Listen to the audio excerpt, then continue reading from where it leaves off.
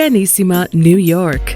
Your exotic skin, hair, and beauty source, and your one-stop shop for all your natural and organic skin and hair care, featuring authentic organic Moroccan oil and prickly pear seed oil and much more.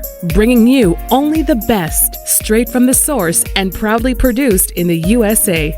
So what are you waiting for? Shop today at www.organissima.com. Organissima, New York. Your beauty is our duty.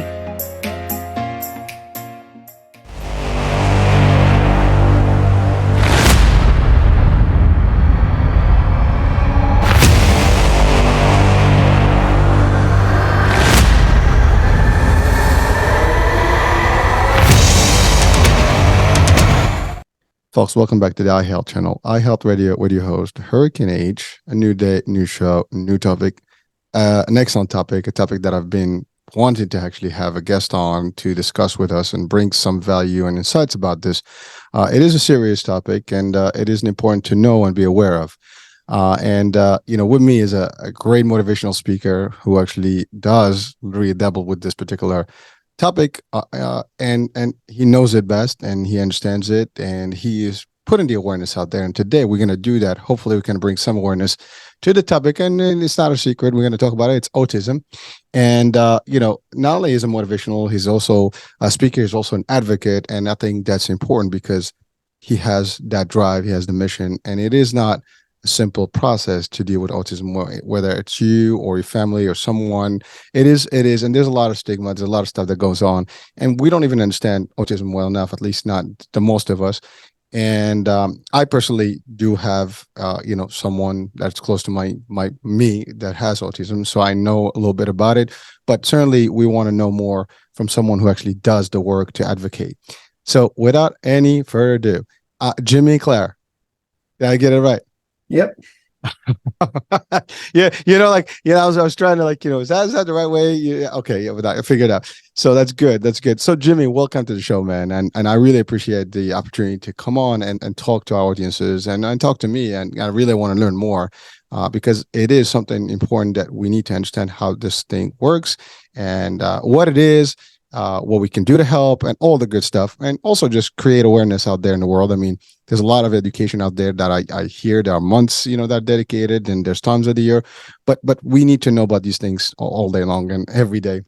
So first things first, Jimmy, tell us about your story, how it began. I know before you got into the business of motivational speaking and doing this work, you had to deal with some stuff. And so let's talk about the birth of Jimmy to today. Well, when I was growing up, I was really shy. I tried to I didn't know I was autistic when I was growing up because my parents, my brother, my cousins, and all my extended family never used the word autism around me.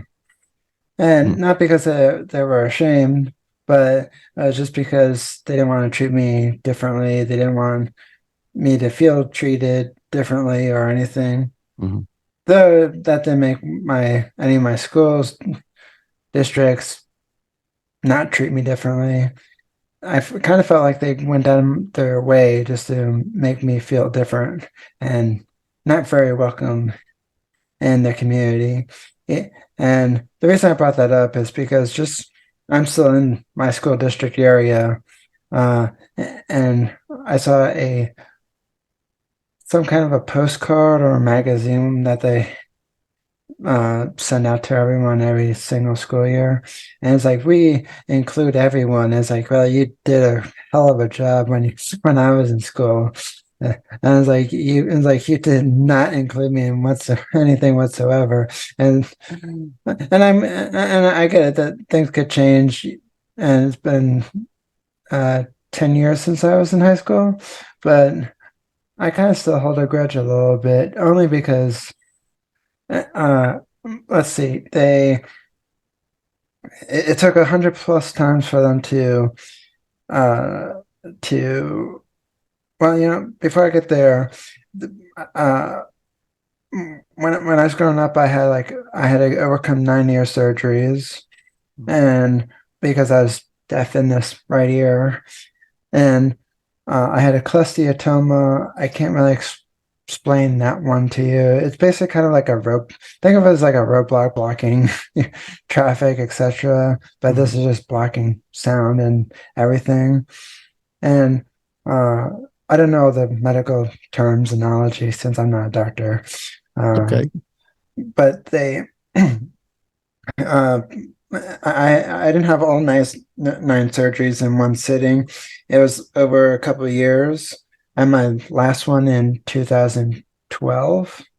And and I remember my parents were always worried that I wasn't going to be able to talk or walk at a certain age.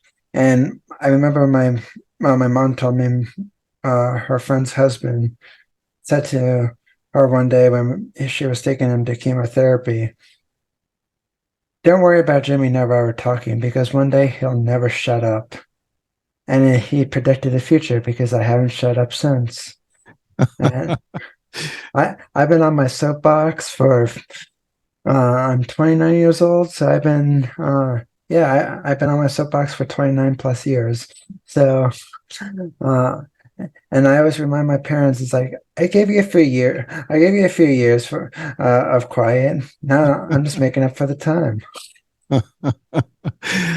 Jimmy, I love it. I love it. Well, first of all, thank you for sharing that. I mean, I think I'm listening to you and the attitude that you have and just the perspective that you have, I think is unique. And um, you said a few things in this couple of minutes.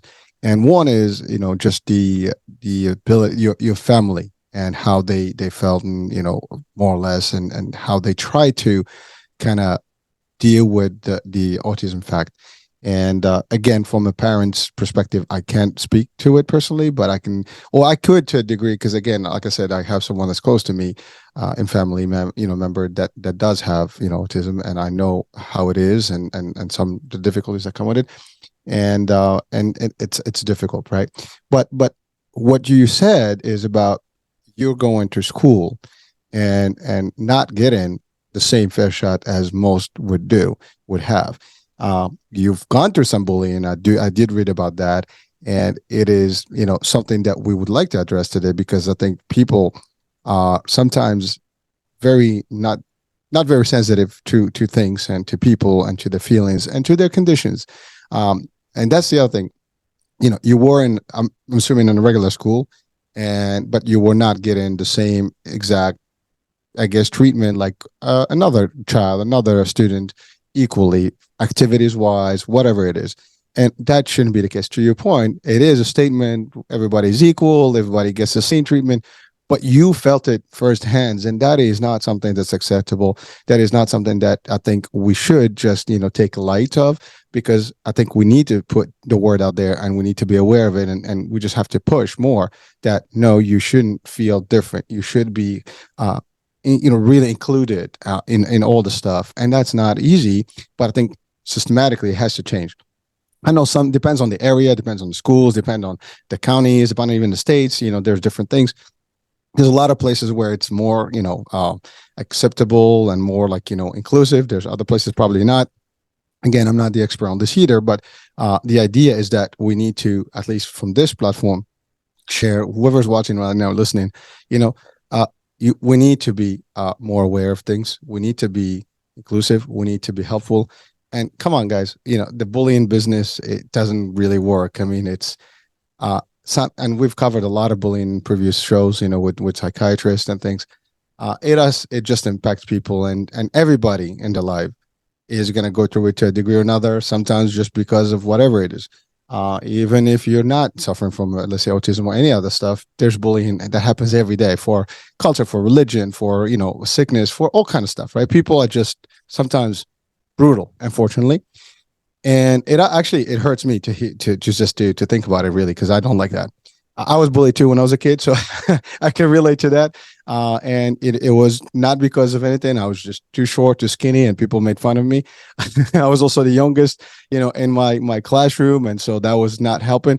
It's different circumstances, but bullying remains the same. It stays with you for life, and it does impact, how you deal with things. And yeah, to a degree, there's a grudge. We deal with it differently. What I love what you did is that you were able to overcome. you were able to actually become a voice for people that maybe today going through it. And that is actually admirable. And I think that is just beautiful. So I want to thank you, for the work you do and for just being out there and talking. And I love what you said about you had a quiet few years and then you make up, the difference now in talking. And you're doing the podcast, you're doing this, you're doing the talks, you're out there, you create a company, for motivation to advocate. And that is also in itself, just a success. And I think that's another thing. Most people, autism, do they have a fair, share? Can they do the same?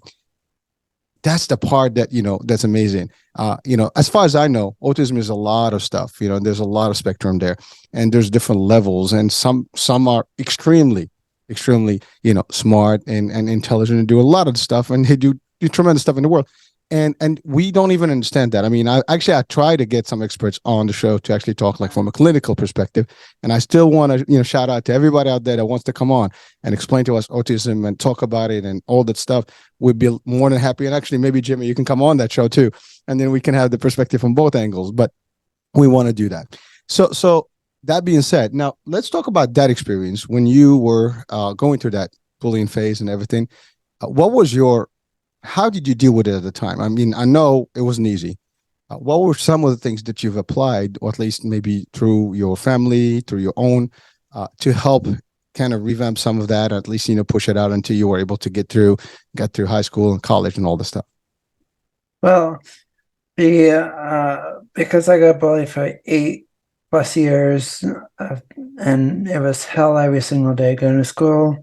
There's times where my parents had to drag me out of bed because I didn't want to go. And I also got to a point where I became very depressed, in a dark place.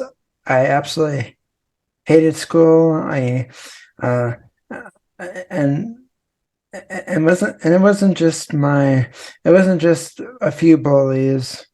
Like I said earlier, the district was also somewhat of a bully as well. It was in elementary school. I don't know if this was legal or illegal back then, because, laws have changed and whatnot. And I didn't understand laws back then. I mean, like, I was 8 years old. I was like, all I thought was, can I have lunch and can I leave? And plus recess. But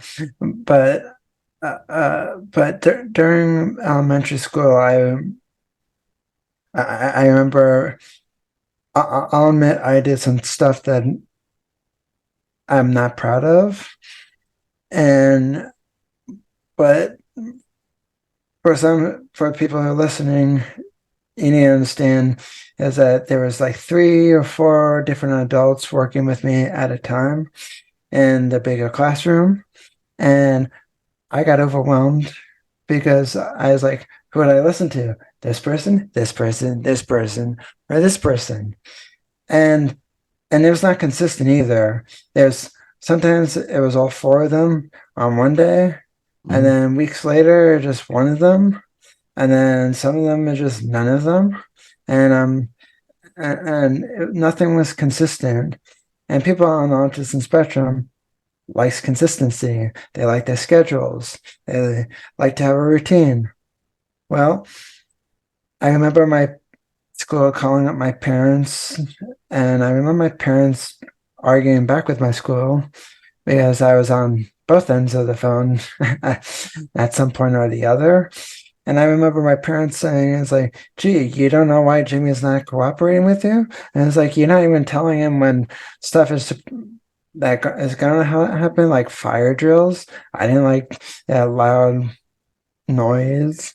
And I'm not saying like all loud noise is affecting me. Like, I can go to an AC/DC concert and not be affected. But it was like a really high-pitched and annoying noise or someone yelling at me. I can't stand it. And but to my point, there was times in elementary school where I got very frustrated. I tipped over desks. I tipped over chairs because I didn't know what was going on. Because everything was all over the place. I felt like my world was kind of collapsing.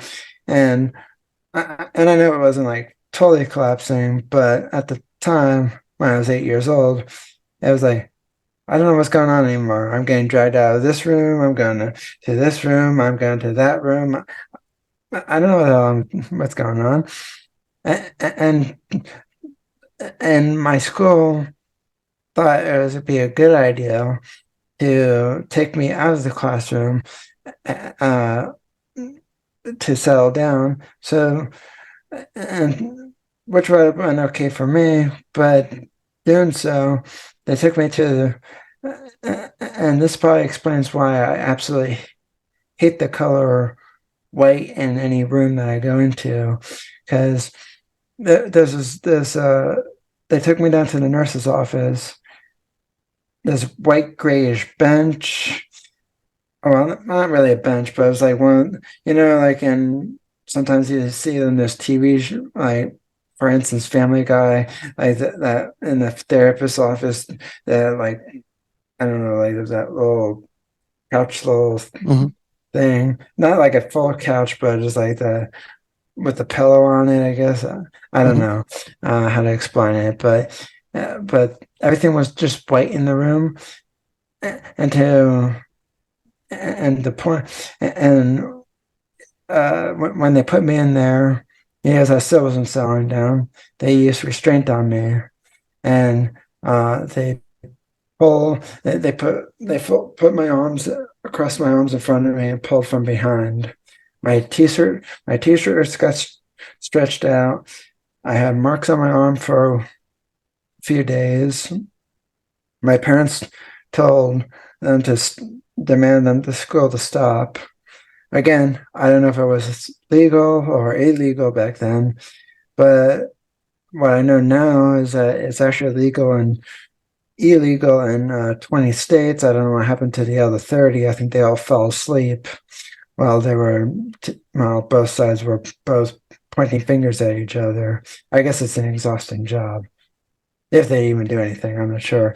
Not playing politics or anything. To be honest, I hate them all. So, but fast forward, there was in middle school, it became a war zone for me because I have spinal stenosis in my neck.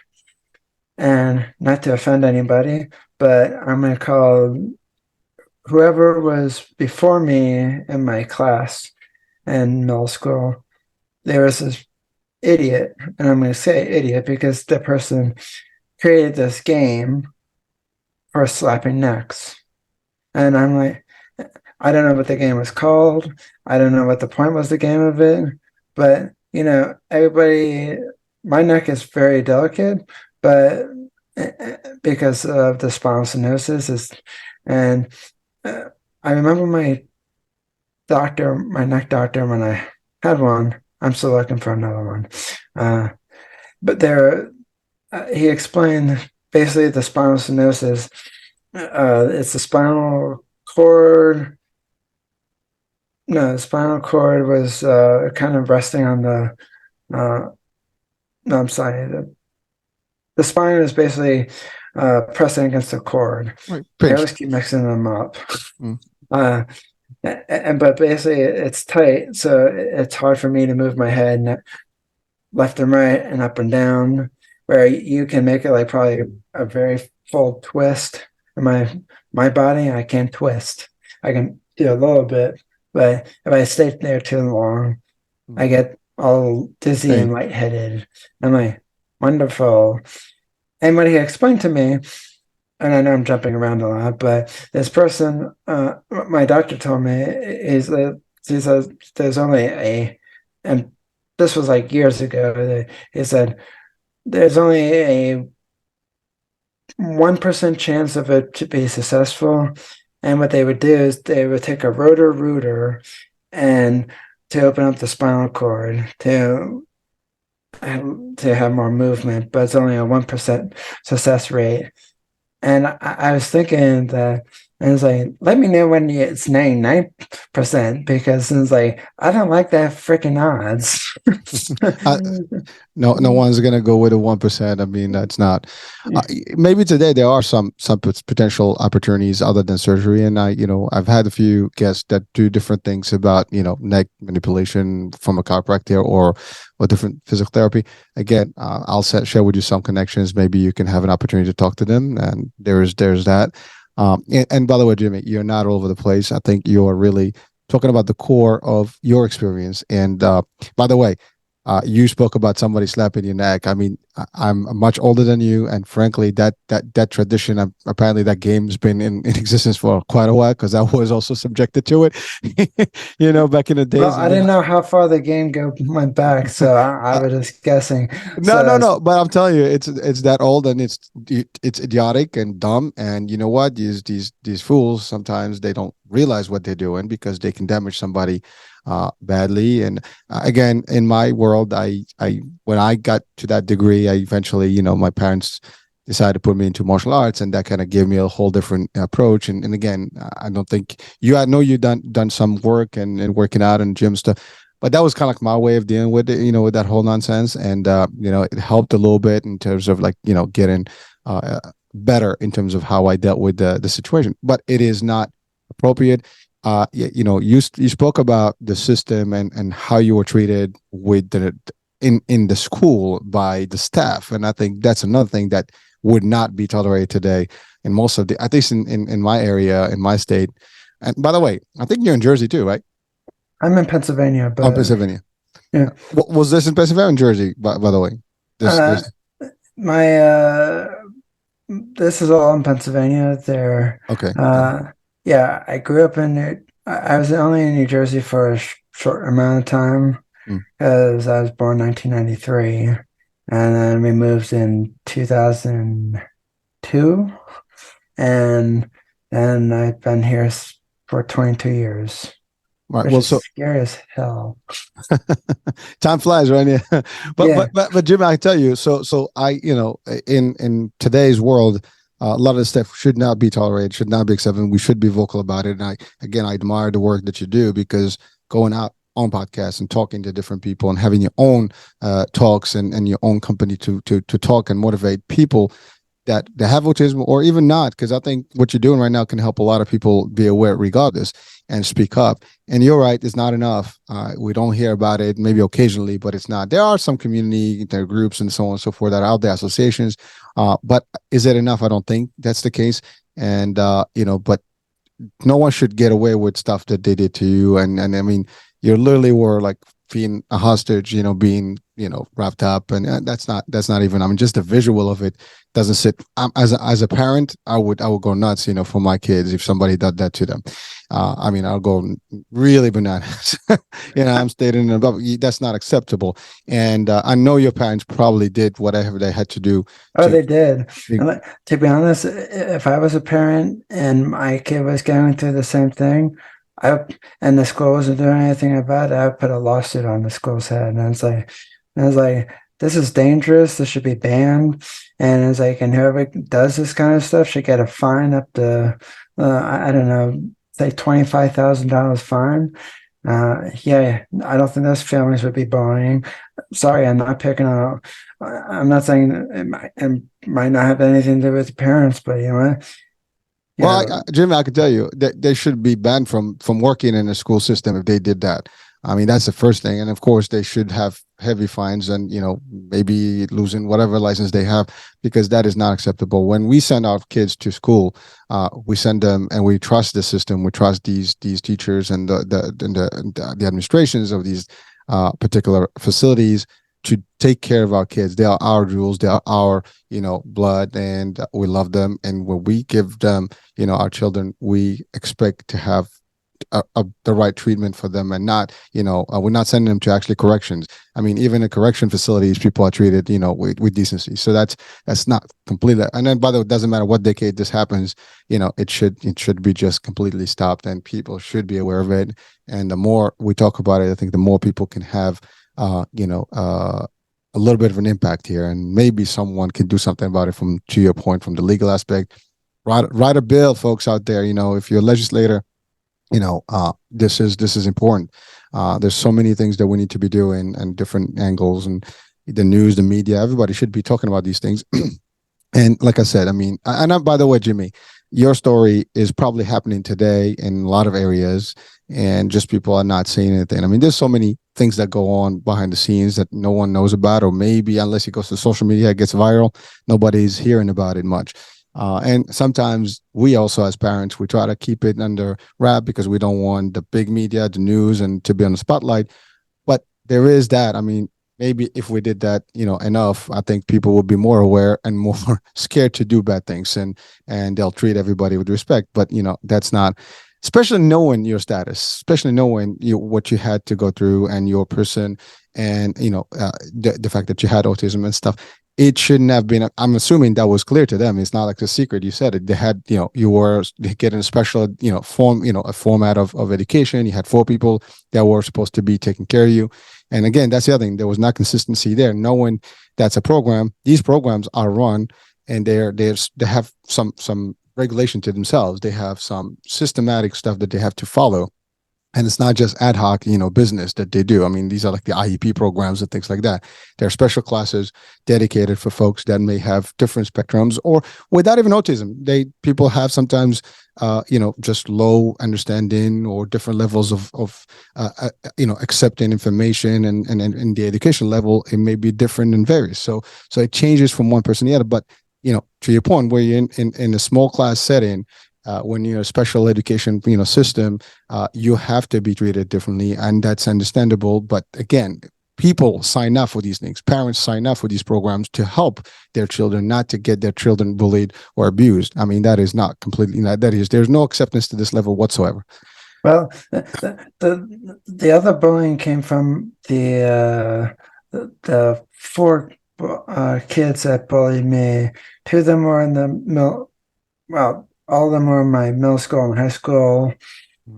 In middle school, what I did, I skipped taking the bus at sometimes, because one of the bullies were on my bus. And so on the way home, I was getting bullied, and I was like, this really freaking sucks.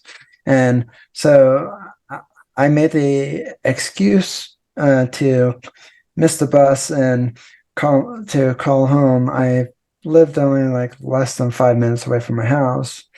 I could walk, but in the cold months, it's I mean, it doesn't get to -40, but sometimes it can go down to the teens and single-digit numbers sometimes.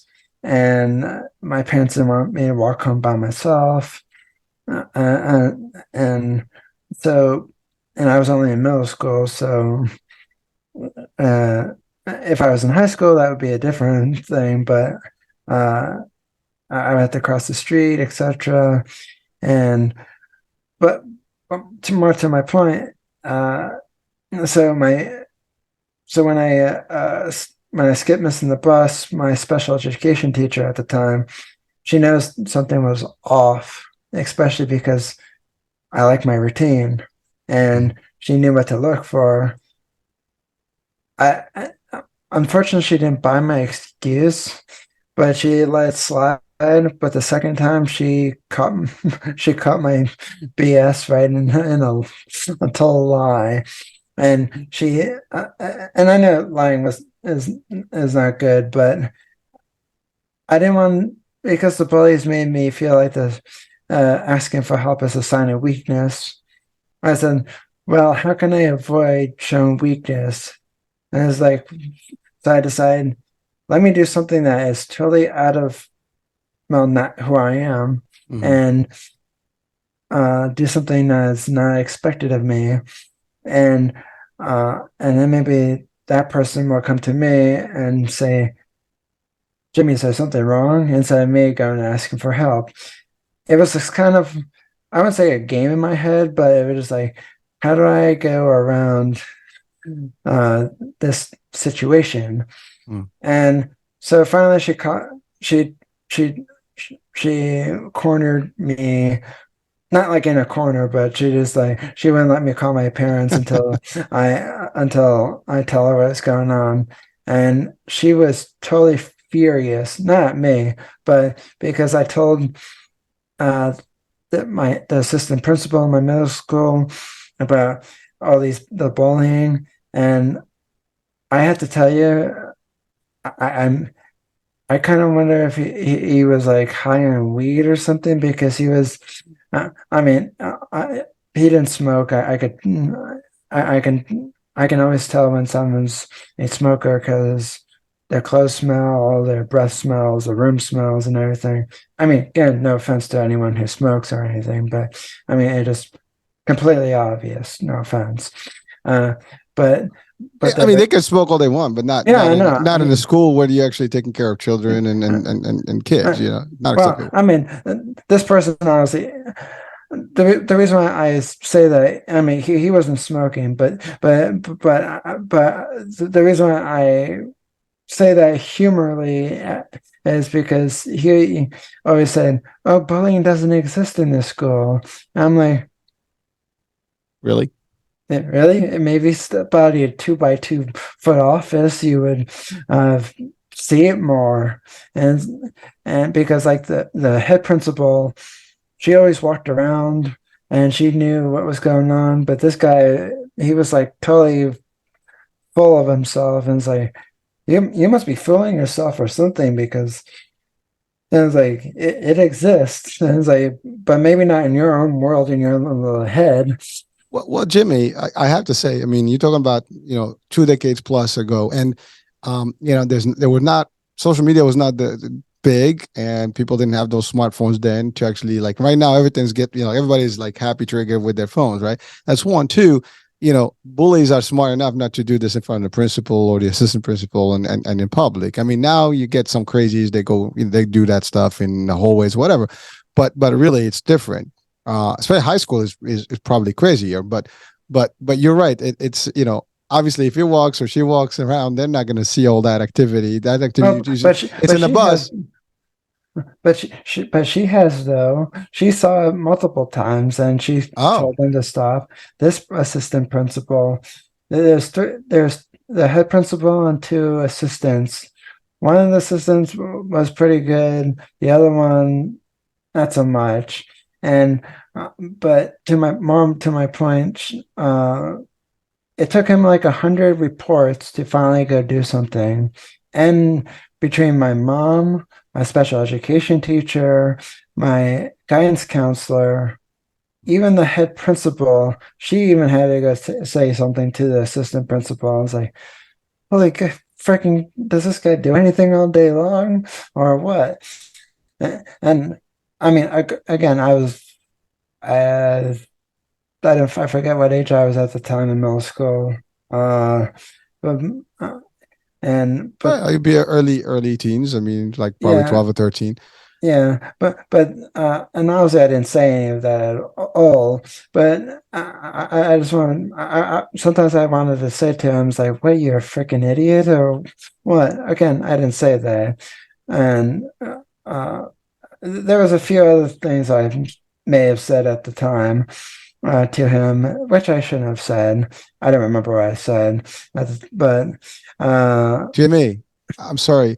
No one should, you shouldn't take, you don't have to excuse yourself or like, apologize for that. I'll tell you that much because you were literally a teenager, a kid. And in that situation, you had to deal with it the best you knew how to deal with it. And frankly, anybody listening right now, you're not being judged for what you said and whatever, because they should have known better how you were dealing with, what you were dealing with, first of all, and how they impacted. Because you mentioned very powerful things, Jimmy, right now.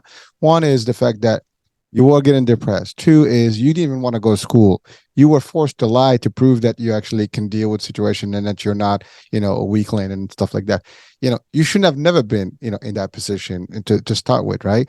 And for all audiences right now, if you have someone that you love or friends or whoever it is, or even people that might go into that have autism or any other type of any other type of situation that they deal with, that prevents them or makes them different from, let's say the standard, what I guess the population in the school.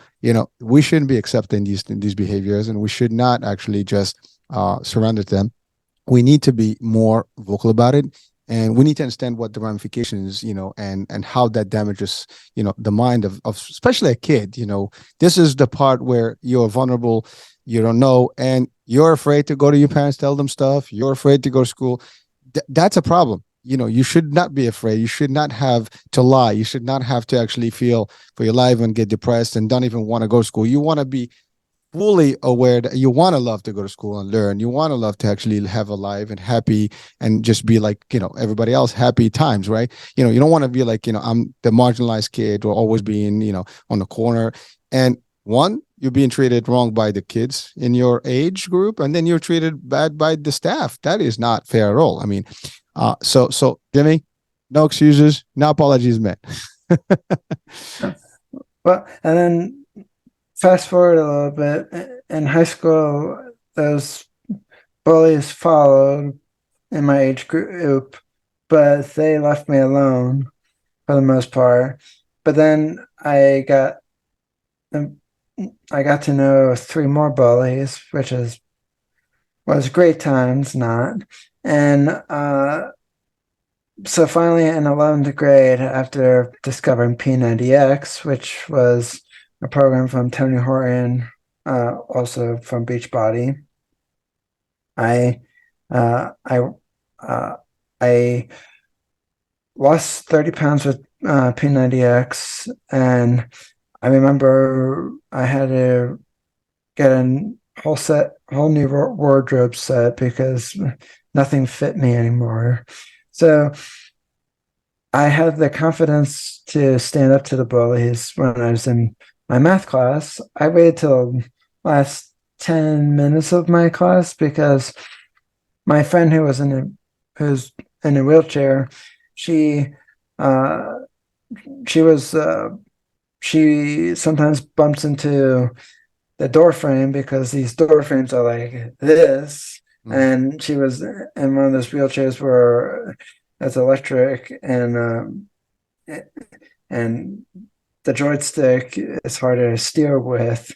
And I would sort of kind of know because when video games first kind of came out for computers and then 90s. My brother and I got this game, a Star Wars game that was with a joystick, and it was the most annoying thing to use. And like, I remember Atari; they had those. I mean, it's not like these controllers with the small little joysticks now. It was just one big giant in the middle. I know, and it was like it was hard to steer, and it was like, come on, you stupid ship, go this way. This freaking thing doesn't freaking work. But then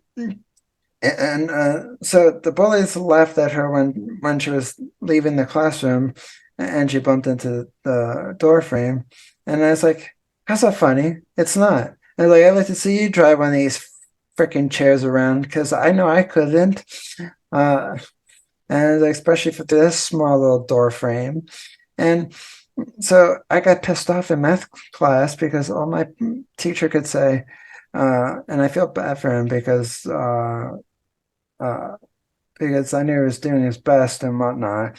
And I liked him, even though I hated math. But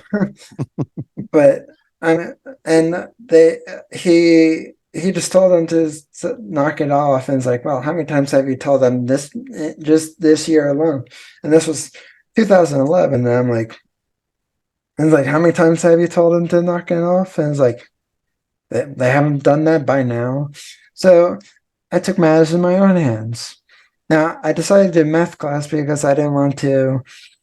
I wanted witnesses. I didn't trust the security cameras in my school, especially because those TVs and movies shows where like when there's security cameras, you see an office with those big TVs on the walls. Well, I've been literally in every single part of my school.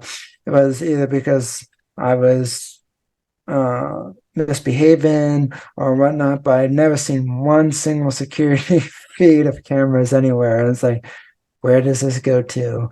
Nothing? Is it just decoration? I was like, no, my freaking school is probably decoration. And so basically, I decided to take my, so I stood up to them in math class. I remember going over to their desk. My veins were popping out because my muscles were showing. And in that moment, I felt like I turned into the Incredible Hulk. And unfortunately, I didn't turn green because I probably would scare the hell out of the bullet just by turning green. But when I stood up to them, I went over to their desks. I remember looking at them dead in the eye, not even a blink. And they both looked at me and was like, "What is he gonna do?" And they didn't even say that, but they had the looks like, "What the hell is going on?" They didn't expect it.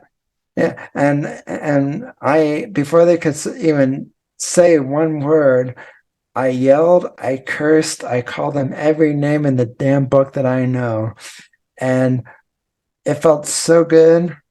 And then I remember after everything I said, I was sent down to the principal's office. But when I was sent down to the principal's office, my head principal that was from middle school then came to my high school. We kind of had a history, kind of good and bad. And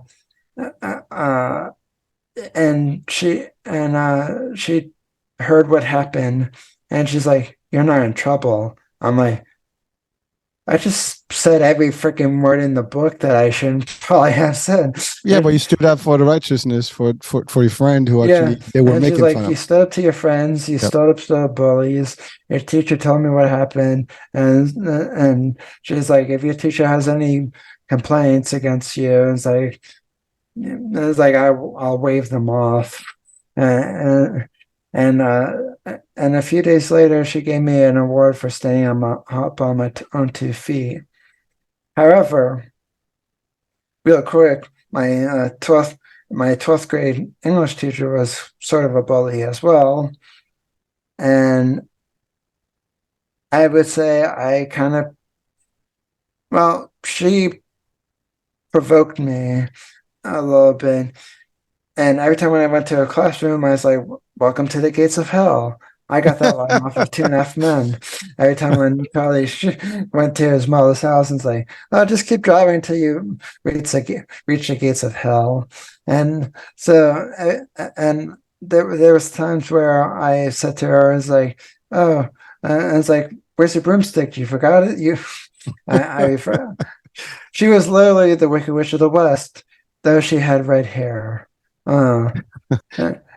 Jimmy, I have to say, I'm listening to you, and as you grew up, I think you've grown some thick skin, and you became a little bit stronger to defend yourself the way you could. And by the way, that's unfortunate that you had to go it that way. It's unfortunate that you had to become, tough cookie to actually deal with stuff and just be who you were to be at the time and say it the way you felt it, because it felt good. It got it out of your system, and you know what? That shouldn't have been the case, but unfortunately, everything that you had to deal with was in the wrong way in terms of how you were treated, and so that's the problem with all this. People are not prepared; they're not educated enough to deal with autism or any other type of problem. I mean, or any other condition for that matter, not a problem, and you were able to do this throughout the years because you had developed. And one thing that you said, which is actually, I guess it's intriguing, because you mentioned something about losing weight, which means that you implied the idea that you had gained weight before, and as you were younger, and so as you got into more gym and stuff, you became fitter and things like that, and then that gave you some of the confidence, and that in itself, that shows that the things that you were going through were basically talking about stress and eating and all the stuff. And that's the other part that people probably made fun of. because that's the other thing. These kids, unfortunately, I've gone through them, you've gone through them, and a lot of people are going through this all the time. Some people are just afraid. Some people are not standing up to themselves, to on their feet, as you said, and against the bullies. And it is not fair. It is not just. And I think today things have changed a little bit.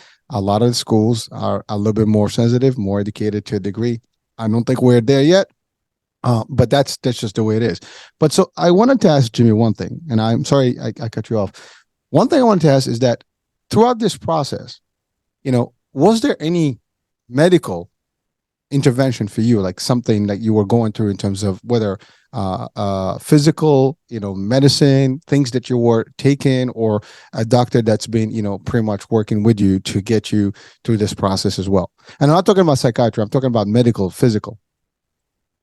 No, I had a psychiatrist who I liked for a few years, multiple years. And then, let's say later on in life, she made a big mistake, and then I left. And just for personal reasons, and because I kind of felt like she was only seeing me for a paycheck, and I was like, and she wouldn't let me tell my side of the story if me and my mom had an argument, and I wouldn't mind if she agreed with my mom on a topic and disagree with me, but it's like at least hear my side of things. And she just so I left her, but I was taking Prozac and Risperdal at one point, but I hated those because one, they made me gain weight. Well, and my poor diet back then. Well, not even diet, but my poor lifestyle back then. But then, but the medicine sure didn't help either. And I also didn't like it because it just masked my true feelings. And it's just like, oh, it's helping you. And it's like, well, if you ever seen the movie The Joker, I mean the recent one, yes, he's like, I'm always happy, and that's like me. That was like me. It's like, oh, I'm always happy, and it's like, screw this. And it's like, but deep down inside, it's like, yeah, on the outside I'm really happy. On the inside, it's like, you suck, you suck, you suck. I mean, of course, but like since it was masking everything, I didn't get to say anything. I mean, of course, I wouldn't say that now, or I wouldn't even say that back then, or maybe I would have because I didn't have really much of a filter. But I didn't like the masking. If I wanted to feel happy, I want to feel happy. If I want to feel sad, I want to feel sad. If I want to be you angry, should. I want to be angry. And maybe some people like the masking, but for me, it's like, this feels forced. I don't like this. And sometimes it didn't always help either because I felt annoyed and frustrated. And it's like, I have a mix of emotions, and this thing is just, hey, it's just blocking my emotions. And it's like, yeah, I basically became like a brick wall. And it's like, That was a good impression. thank you. You froze there for a second. That was good. I thought literally the camera froze.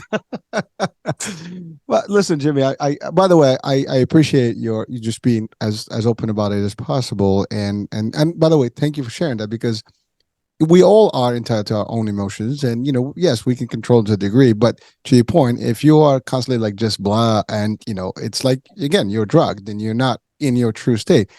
Whatever the case may be, is it to control maybe your emotions, whatever? Again, I'm not an expert in the autism, level, and what to do with, different levels.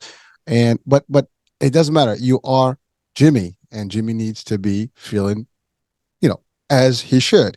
And you're right. If this stuff is not working out for you and you felt that way, then maybe the doctor could have changed something. Now, again, I'm not stating anything about the doctor's diagnosis or prognosis and treatment here, but you are the patient.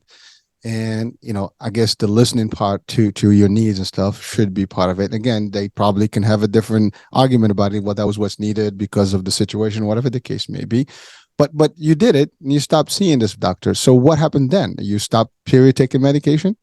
I stopped taking medication, and then this doctor also, uh, for instance, when I was after I graduated high school, she wouldn't let me get off the medication until I get like a part-time job. So I got a part-time job here and there, but she still wouldn't let me get off the medication. And it's like, why are you doing this to me? And it's like, if I'm doing well with my emotions, I should, and if I want off, I want off. She's like, I'm not letting you get off. And it's like, so you're forcing me to take this piece of crap medication that I don't want anymore. And she's like, she wouldn't answer the question straight. And it's like, oh, so you're doing this chicken little crap game with me. And it's like, I'm not going to stand it. So I kind of, let's say, I made an embarrassment out of her in front of her community, because I walked out, slammed the door, and I was totally pissed off. She wanted me to come back in. It's like, why? So I can hear more of your stupid rules. And it's like, I play by your damn rules, and here's where it got me. And I never saw her ever again. She did later on admit to my mom, and my mom told me this. I didn't know this at the time because I was all too pissed off to even listen to one word she had to say anymore, because she lost my trust. And when, let's just say, overall, any doctor loses your trust, it's time to find a new doctor, because the relationship is just gone, the connection is just gone. And so it took me a while, and I found a psychologist, because they can't prescribe medication. Now, I'm not saying, okay, if the medication works for you, go right ahead. It worked in essence, it did work for me. Because it had the effect for me, but I just didn't like the feeling, and I didn't like that she was using it again. Well, in my opinion, I felt like it was against me. It was like, I'm not allowing you to do this until you do this. And then she just kept on changing the damn rules. And it's like, holy freaking crap. And it's like, and it's kind of like what I experience now in some state, in some cases for my business, is where I'm playing by everybody's freaking rules, and then they freaking change it. My companies change it without even notifying me, etc. And it's like, I'm playing by everybody's freaking rules, and then no one tells me anything. And then when I get pissed off at that company, and they all look at me and say, we don't understand why you're pissed off. And it's like, you don't understand why I'm pissed off. And it's like, what the freaking hell?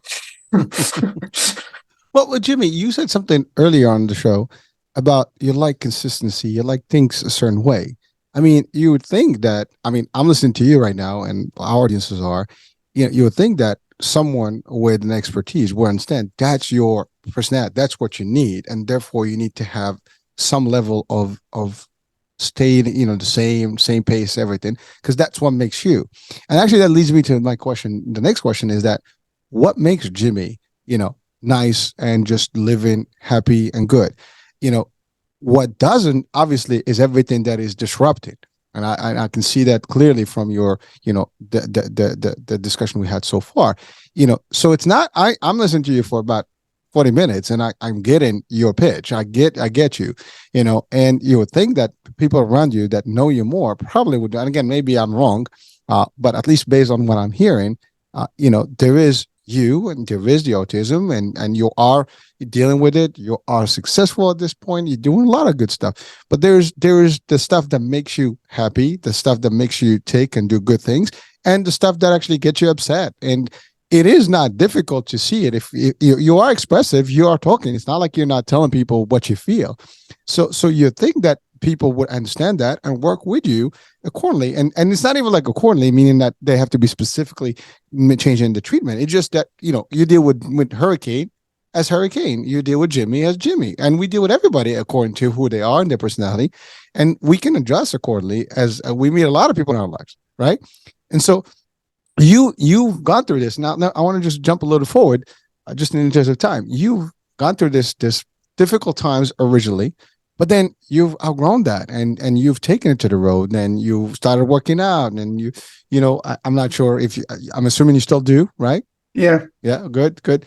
So then you're working, and then you decide to start your own company. And so I wanted to go to that item, the idea that you started your own. So first of all, congratulations for that, because a lot of people are afraid to do that, and it's difficult and it's scary, and most people are afraid because of the risk and so on and so forth. But you took that leap, and you did it, and you did it within the realm of your expertise, or at least your experience, and what you want to achieve with it. Now it's funny because you have the name of Crazy Fitness Guy, right? So what made you start Crazy Fitness Guy? Well, what made me start it was I felt like there needs to be a a a way to support people in the autism community that wasn't just autism. Because now I'm going to just name a few names. I'm not bashing them. I'm just naming some. Like, for instance, you got the Autism Speaks. I do not like. No one in the autism community likes them, because they, for years, and they still do, if you know where to look, their mission was to cure autism. Now, that's the only company I'm going to just bash. But the other companies, like there's Autism Parent Magazine. I mean, they're great resources. Autism Parent Magazine is a great resource.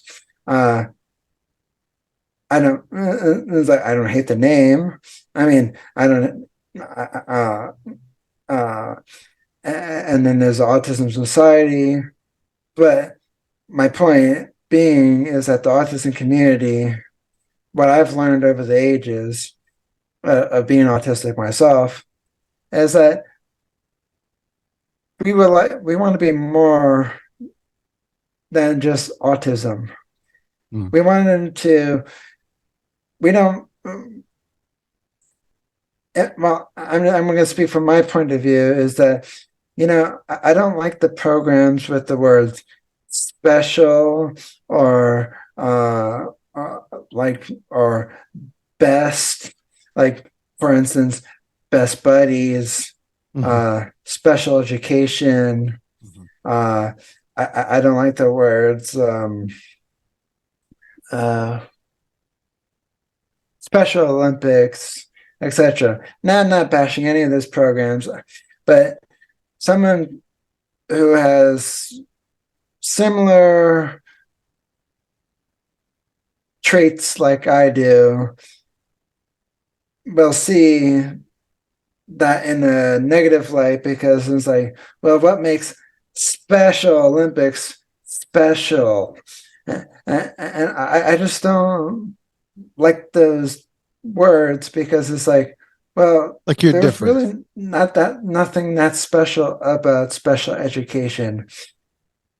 That like my school district did a crap load of a crappy job of handling special education. They, remember the game maybe with the blocks as a kid, where you put the blocks in the correct hole. Well, my school, I think they forgot how to play with blocks, because they were trying to shove a square peg in a round hole. It just doesn't freaking fit.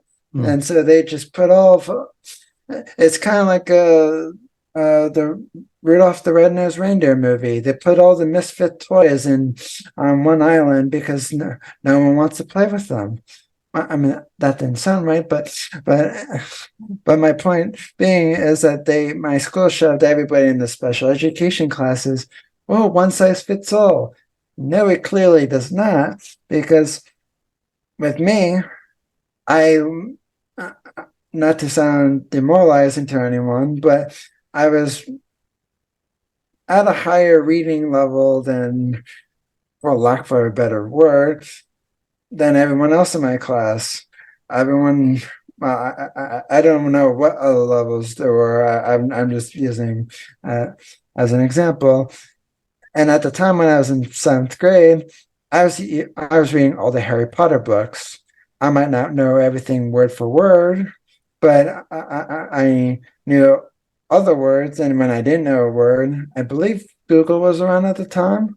And so I might have Googled the word, or I might ask my parents. I would ask my special education teacher, but I read them cover to cover. I read them all 7 books in 7th grade. Well, actually, technically, yeah, I think 7th grade. I think the 7th book was out in 7th grade. And but yeah, it's the one size fits all doesn't work, and I just don't like just the special and everything and the best buddies. It's like, oh, this person's gonna be your best buddy. I'll make my own friends. Thank you. Jimmy, I'm listening to you, and I want to thank you for sharing this particular part of the opinion, that your version of it, because people are looking at the world from their lenses all the time. I see the world from my own lens, you see it from your own lens, and sometimes we tend to judge according to how we see things, but we don't always think about how you feel, how do you see things, right? I think that's a mistake that we have across the board. We see that in religion, we see that in race, we see that in different diagnoses. We see them in a lot of things, in life, in society. We see it on social media today, and the idea is that, I love what you said, is that what's so special. Yeah, I mean, we give that the name of special because maybe it's different, but what's different? We use the term normal. What is normal? I mean, literally, we can go philosophical on this, and probably we would never end the discussion about what is normal. And we adopted the normal status of something that probably is consistent across maybe a larger group. That doesn't mean necessarily it's normal. And and I will definitely ask this question to our psychiatrist, at the end of the month, because I'd like to actually get some of that. So I have to jot that down when I finish the show, because I want to get his perspective on this, because that's the part. You have lived a very successful life to date, and you are innovating, you are doing things just like everybody else. I am doing a podcast, you're doing a podcast, you have your business, many people have a business. Some people don't have autism and don't have business, you do. So it is not necessarily defined by your condition, whatever situation you're in. It's defined by your will and your personality and your way of thinking. You have dreams like everybody else, you have emotions like everybody else. You might have a different way of dealing with it. We all have different, by the way, I don't think there's anyone that's really normal. just my opinion. I think we all have some level we have some normal of our own version of whatever it is, but it's not normal, right? And we all think that we are fit in a particular group or the other, but it doesn't mean that way, because we all have our own deficiencies. We all have our own limitations. We're human. I think all humans have a level. I mean, actually, we did have this discussion in with Dr. Haim, was actually our standing psychiatrist on the station, and you know what, he did say it, and he broke it down to the way that I think we all have something wrong with us to a degree, meaning that we are not all perfect. There's no such thing as perfectness. And I forgot the words he used, but the concept is that we all are not, as we think we are. We have our own limitations, and we have to be aware of that. And so when we judge others, we judge them just because we want to judge people, but we seldom look at ourselves. Many of us don't look at the mirror and just like, what's wrong with with this picture? We don't. Many people don't have that. We'd rather look at somebody else, judge. And then as a society, we kind of put elements or put different groups in different buckets because it's easier to maneuver and kind of judge and discuss and apply. But that doesn't mean, but what you're doing is really moving that kind of, you're almost challenging that. And I'm sure you're not the only one. Many people have done that, challenged it, and successfully so, meaning they've done it, they have proven it, and you are proving it to date. And I know this is not stopping here. You're going to continue your journey, and you're going to do this. And so again, you are creating an awareness to people that they can do it. And by the way, it's not just about autism. I mean, I think anybody can do anything if they want to, now, unless they have a limitation that is a barrier that they cannot, function. And we've had, I mean, Steve Hawking, I think is that the name? The scientist, completely, blanking the name right now. But he was, in a wheelchair. He had, a different, condition. He's brilliant. But there's so many things that, we can't judge on what we see and what we don't, what we don't understand. And everybody has the ability to do things. We just, sometimes we don't allow people to do these things because we cannot close them or bucket them. Or to your point, you were in a class with different levels of maybe learning capacities, right? And to your point, someone can say, well, the resources are limited because we cannot afford to have a class for each, level, right? We have just 2 levels. Here's your 99%, they're really like bright, and these are the other ones that may not be. And that's how they do. But it's not right. It's not right to judge that. When you're what we call special ed, doesn't make you any less valuable or less smart than the other guys. I actually have seen that in the world where it lapses down over time. Someone that you think right now they're very not bright, because you judge them, in the future, they be the ones who actually are excelling in life. And someone that you think they had the brightest future, they're probably not. Life has proven these over time. And unfortunately, we don't reflect on these elements. We think those are exceptions. They're not exceptions. We are making it difficult for ourselves. We are, because we are closing our eyesight. We're not seeing the world for what it is.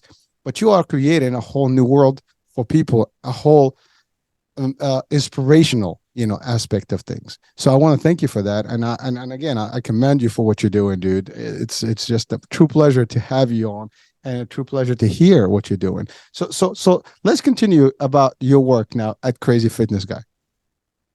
So basically what Crazy Fitness Guy is, it's a motivational website / podcast / live stream. I created it to, like I said, to be a resource in the autism community, but I didn't want to just cover autism. I wanted to cover fitness, lifestyle, nutrition, self-help, self-care, anything that makes up a healthy living lifestyle, because I saw a lot of my friends who have extra challenges, some who don't, who have put on some, let's say, some extra weight. I mean, I'm not calling them fat. I'm just saying that. And so I was like, as I was like, some of my friends who relied on the gym for ever and ever and ever. Okay, maybe not forever, but way before the pandemic, they went to the gyms, work out with their support person or personal trainer, where was beneficial for me for in the pandemic, when everything was online, is that I had karate. I also had Tiger Schulman's, and so even though it was on Zoom, I was still it helped me differentiate the days. But then also I had Beachbody on Demand, which gives me access to like hundreds of nutritional programs, recipes, and thousands of workout programs. And I'm glad, because science has proven that exercise is good for your health, manages your stress levels, manages your overall thinking.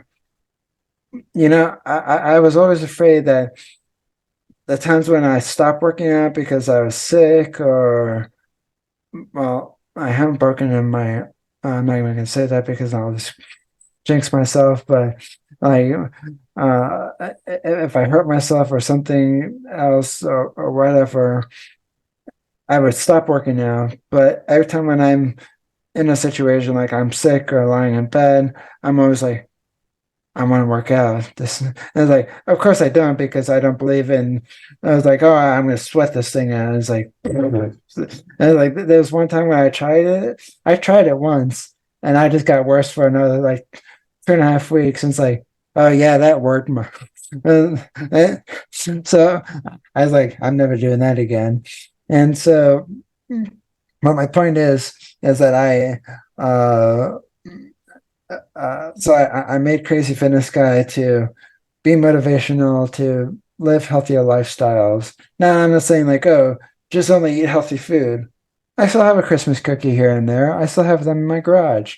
I was like, but I only have them, I might have only one or two on the weekend, maybe three if I'm, but not all in one night. It might be like, okay, one here, maybe one here. But I was like, but sometimes it's just one and one. Saturday, Sunday. That's it. Sometimes it's just Sunday. Uh, but but like I said, it's a cheat meal, not a whole cheat week. It's not a cheat day every single day. You got to earn it. And so my podcast is an extension of my website. It provides same, it kind of provides, it covers the same topics, but it goes into entrepreneurship, but also into, I had motivational speakers, nutritionists, dietitians. I've also had authors and other podcasters, etc. on it. And like I said, my autism is the backbone of my brand, but it's not just about autism.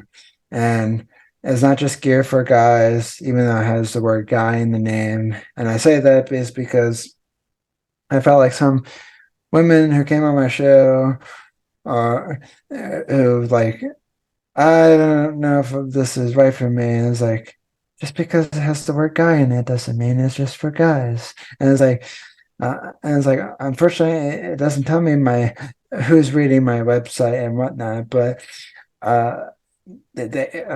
I've seen people. I've had men comment on my posts. I have women who comment on my posts. Just everybody in between that, etc. I'm trying to make it a welcome community. It's not one size fits all. It's for everyone. It's not just, but I niche down just to stand out from the crowd. No, Jimmy, to me, your name is perfect. I mean, just, Crazy Fitness Guy, but doesn't mean anything. It's just you. That's your name. And, people come in and talk about different things. And I love what you said. It's about lifestyle. It's about fitness. Ultimately, a good person is autism, but you are doing, more diversified discussion topics, which is open to a lot more audiences and share. I was going to ask you, like, are you specific? It sounds like you're not dedicated just to autists, folks. You're basically public, to everyone that can listen and learn. And your guests are pretty much general, knowledge based. So it's not an issue. People come in and talk, and you have different angles that you bring in. And I think because you're an autist, because you have been dealing with it, you are driving. I mean, I think you're motivating a lot of people. By the way, I'm pretty sure that's not just people who have autism. I think you motivate everybody. You motivate me, to be honest with you. You motivate everybody, because the fact is you're doing something. You're making a difference. And that's the part. People talk or do. You're doing. And to me, that is the highest level possible of any person in this society that we live today. If you're doing and helping and driving information, and you're sharing value and insights, there's nothing better than that. I mean, knowledge is what is meant to be shared, and you're doing that. You're helping and you're guiding, but you're also giving inspiration. You're giving a hope to other people that, hey, I can do this. There is an opportunity for me here. Jimmy's doing it. I can do it. And that's actually sometimes that is important. Being also a role model to a lot of other, people, being an innovator, pioneer. That's also something special, and by the way, I know you don't like the word special, but I'm saying that here in a positive way. I mean, it's like unique. It's something that people should admire. It's that kind of thing. So again, I'm a fan because I love anyone that is actually helping people and doing something to change lives and bring a different level of information and insights to people, to enlighten people. You're doing it, man.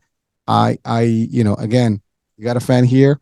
I I don't know what to tell you, dude. Keep up what you're doing, man. You're doing it. You're helping people. Um, Anything I could do to support, I'm here for you.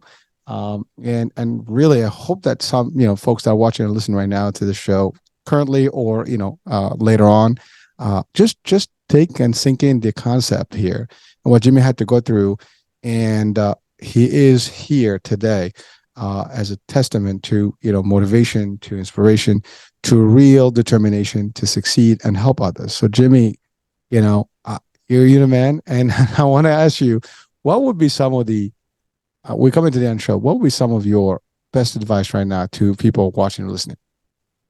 Don't listen to the naysayers, because I could I can care less what they have to say.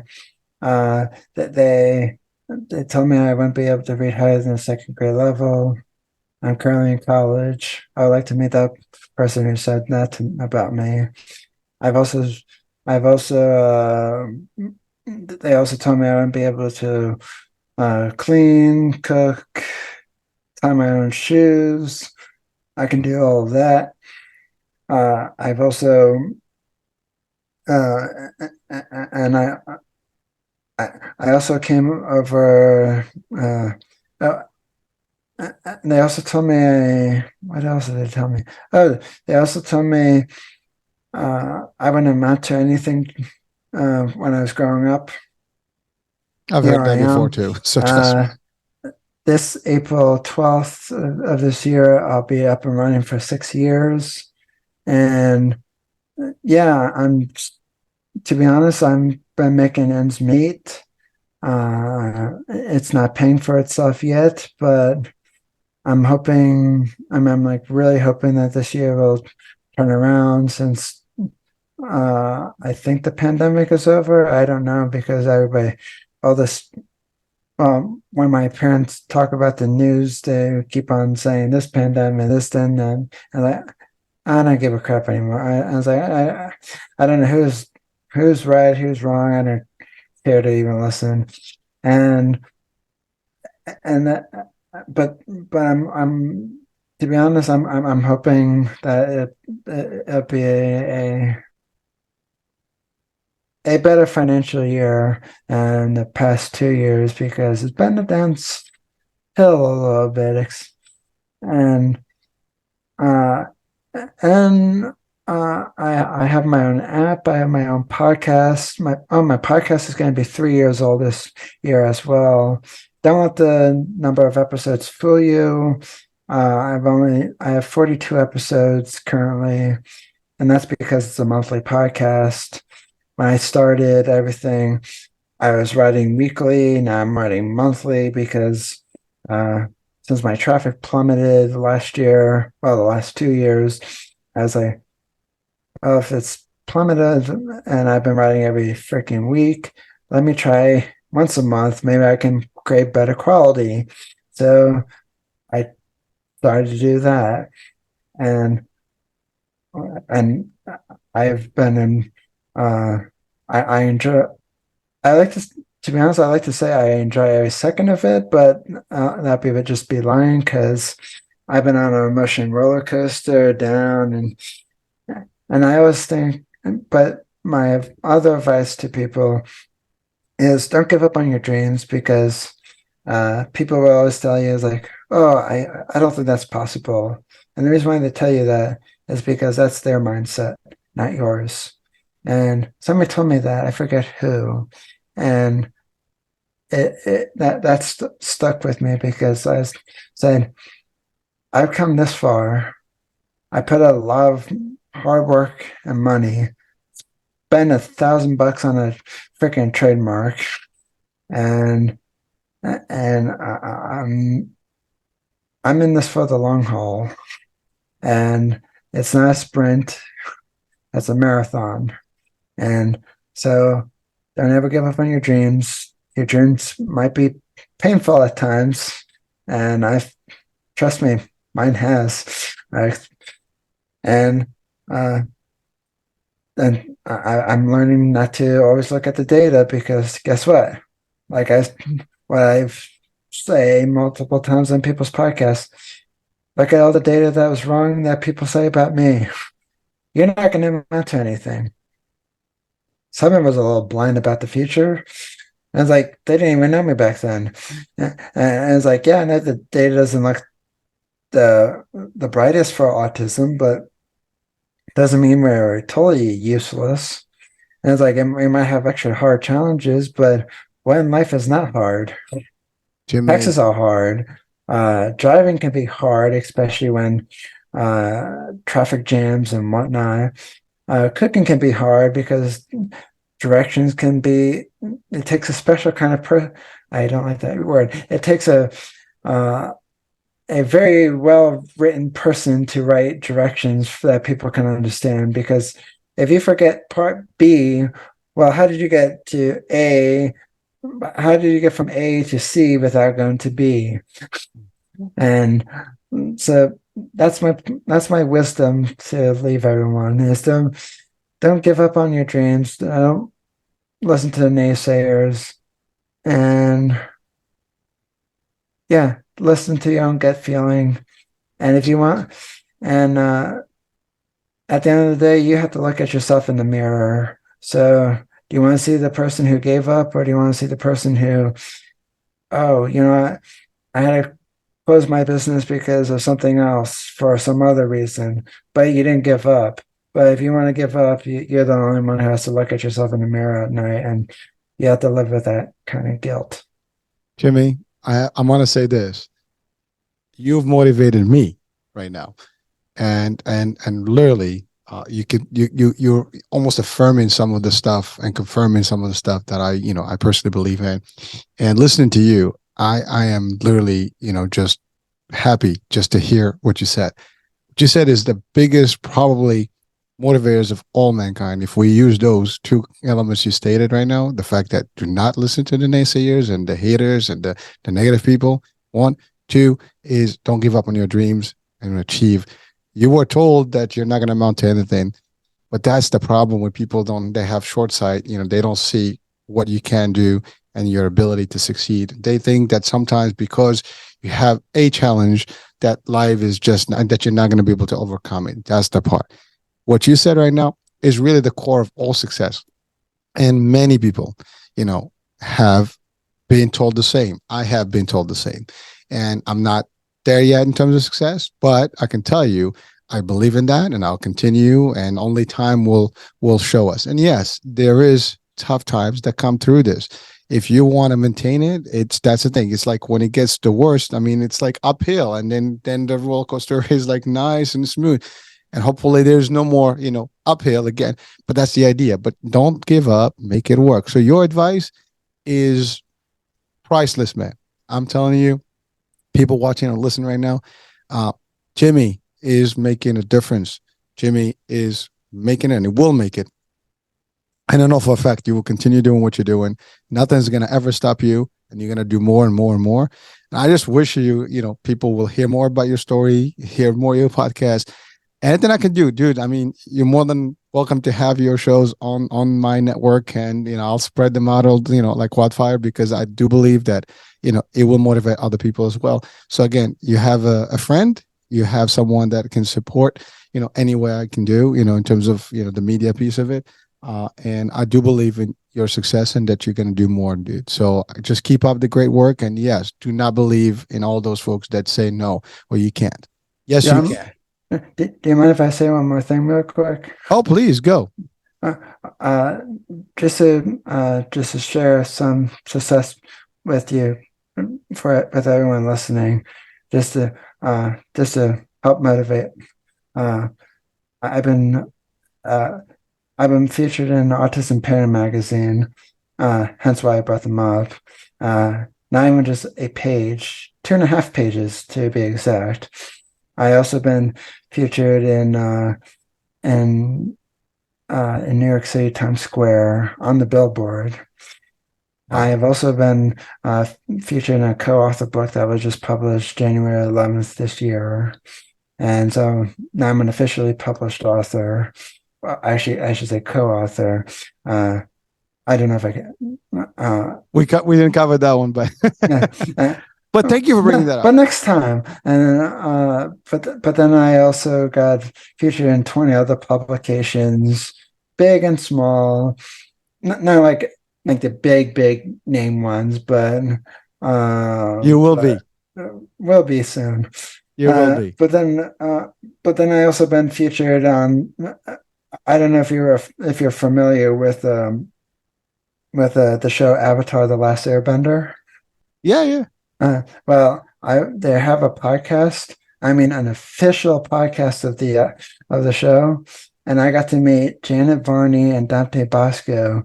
Janet Varney was the voice of Korra in Legend of Korra, and Dante uh, is the voice of Zuko in the show. Uh, and he so I got to be on the Avatar podcast, and it was flipping awesome.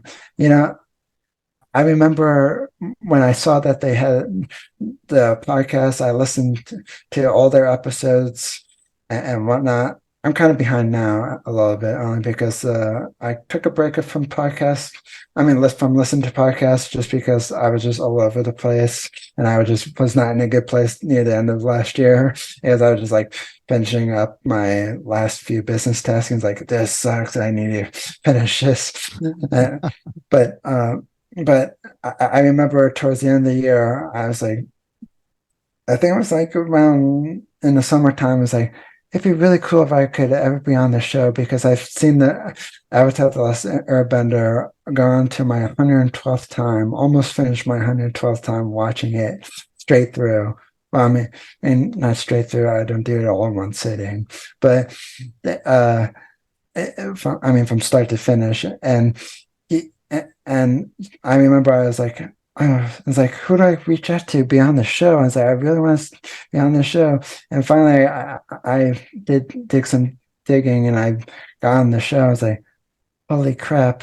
And I just pitched it to them. It's like, I can literally say it was like, name one episode. I can tell you literally from scene to scene what happened, some funny references in the show. And I've seen it 111 times when I pitched it to them. And I think I bet you I stood out from a lot of people who saw the show, or maybe who pitched in. And so I was like, this is so awesome. I got to meet the two celebrities last year. And I was like, and plus my business but was awarded the 101 best fitness startup company in Pennsylvania. You know, Jimmy, a lot of people that may not have autism may have not achieved what you've achieved to date. And this is just the beginning. I know you have a long journey ahead of you of success, and you're just going to keep going. Nothing and no one can stop you, man. And I know that for a fact. And you know what? Just keep it up, dude. Don't give up on a dream. Just make it happen. You're making it happen. You're making the time, the history, and people will know about your story. They'll hear about you, and you will be, out there as a motivator, as an inspiration, as a role model to many, and definitely as a success story. So just keep up the good work, man. I love it. And by the way, thank you for being on my show. I'm humbled to have you, actually, and really today was something I was looking for, because while I have not had the opportunity to have someone from the medical world of of the autism and the defined autism and discuss that, I'd love to have someone, at least I had you to talk about it from an actual experience of someone who is living with autism and had to deal with stuff. It's one thing to hear it from an expert, from like what it should be, it could be, and how to be treated, and so on and so forth, and what the diagnosis and different spectrum. And one is to hear the story of someone who actually been living it day in day out. Now, as I said, I don't want to mention who is on my family with autism, just for the show purposes. But I know I've seen it. I live with it. I understand it, and it is something that I want to also be part of to help and educate on. And yeah, so thank you so much for being with us, man. And I think we're going to share this with the public, and they're going to hear it. They're going to hear the story. And I just hope that more people get reach to you and listen to your podcast as well. So I will have the link. Now, where would they go to get your show and listen to it, or even participate if they wanted to? The best way is CrazyFitnessGuy.com. Just everything is on the website, the podcast, the live stream, all the videos, I like to call them articles. People say, "Oh, blog," and it's like, and that's a hobby. I'm an author, and yeah, podcasts, live streams. I even have an app for people to download that all the podcasts. The videos are not in there. I might put them in there eventually. It's all on the website, right? Yeah. Everything's on the website. And yeah, the live streams are in the podcast as an app as well. So I mean, just if anybody want to take it on the go without having to go to crazyfitnessguy.com, I mean, the app works, the site works, everything works. Good. I'm supposed to. What about the book? You said you mentioned the co-author. What's the name of the book? It's called Transformational. It's called The Art of Connection, Transformational Quotes, 365 Days of Transformational Quotes. I might have mixed the name up a little bit, only because, like I said, I was only part of one page in the book. It was like 100 plus authors. I didn't come up with the title. That's okay. Listen, I don't have a book, and I'm not even in half a page, so I can tell you, that's a full page ahead of me in author business. So I'm not even. I mean, if I wrote my own book, it would be like a very memorable name. I mean, not to bash the authors of this. The person who's published it, but it's just a very wordy name. Is like The Art of Connection, 365 Days of Quotes, and like I just felt like it just is quite long, and sometimes it's just like a mouthful, and so and that's just my point. It just well, so Jimmy, is there a book in the air for you in the future? I cannot confirm or deny. This message will, what is it? This message will self-destruct. Yeah. I'm secretly James Bond. Well, yeah. Well, is that Mission Impossible? I think that's that one. But listen, hey, I love it, man. I love it. I got my second co-author book lined up, and that's due March 10th of this year.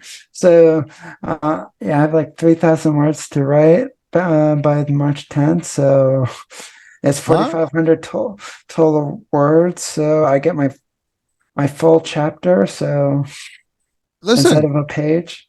Do your thing, man. And again, like I said, you are doing it. You are, really pioneering and making a difference. And you know what?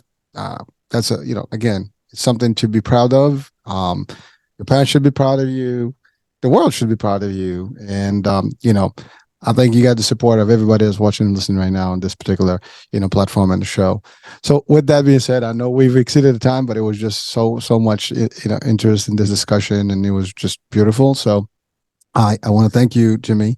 And I want to thank our audiences for watching and listening today. It's a long show, but you know what? I think going to this show from the beginning to the end, just gonna be a whole different experience for most of us watching and listening. This can bring us to more motivation and inspiration, and really want to do more and more and more. And again, we support you, Jimmy. So thank you. Thank you. You're welcome. So folks, that being said, Hurricane H here. We'll be talking soon. New day, new show, new topic. Talk soon. Bye for now.